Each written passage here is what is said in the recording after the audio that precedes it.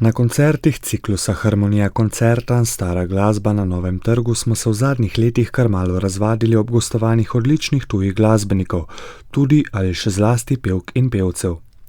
Kot zadnji v vrsti izjemnih pevcev, specializiranih predvsem za izvajanje glasbe starejšega datuma nastanka, se je prejšnji teden predstavil mladi 30-letni francoski tenorist Bastien Rimondi.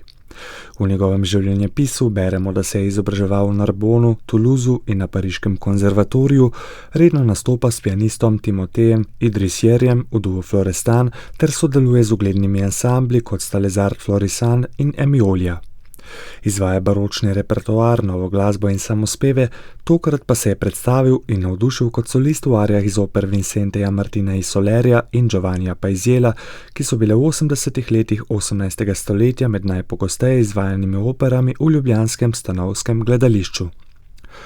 Po uvodni skladbi sporeda, rokopisni klavirski priredbi simfonije iz Solerjeve opere Una cosa rara, ki jo je pri zgodovinskem klavirju občuteno s številnimi opaznimi dinamičnimi niansiranji in jasno izigranimi hitrejšimi pasusi tekoče podal stari znanec cikla Harmonija Concertans, pianist Edoardo Torbianelli, sta oba glasbenika najprej predstavila pastoralno arijo pastirja iz opere Nina Giovannija Paisiela.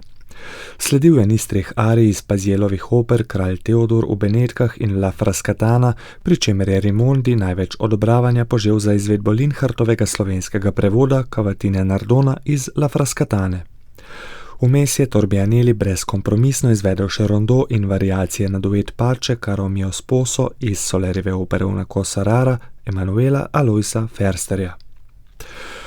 V drugi polovici sporeda so zazvenele še arija Belmonta iz Mozartove spevoigre Beki Seraja, romance in pastorala z variacijami na podlagi Paisielove opere Nina Daniela Steibelta, ponovno v prepričljivi izvedbi Edoarda Torbianellija, ter še nekaj odlomkov iz Solerjeve opere Una cosa rara, ki je tako bila svojevrstna rdeča nit koncertnega večera. Glas Bastiana Rimondija bi lahko označili kot zapeljivega. Je mehak in prodoren, hkrati dinamično prožen, pri tem največjo moč in dramatičnost skrbno hrani za vrhunce. Njegove kolorature so vselej lahkotne in izčiščene, zadržki oziroma diminuendi ob koncih fraz pa nadzorovani, polni, celo sladkobni vse do zadnjega izzvena.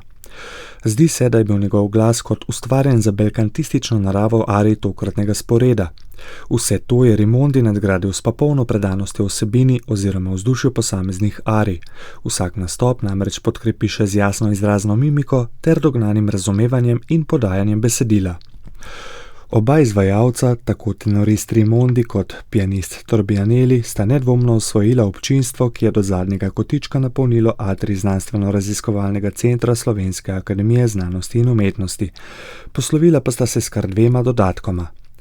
V ciklusu Harmonija Concertans Stara glasba na Novem trgu se je torej zvrstil še en navdihujoč in izpolnjujoč večer starejše glasbe, tokrat izbranih arij visokega klasicizma, dopolnjenih z virtuozno klavirsko glasbo Emanuela Aloisa Försterja in Daniela Steibelta.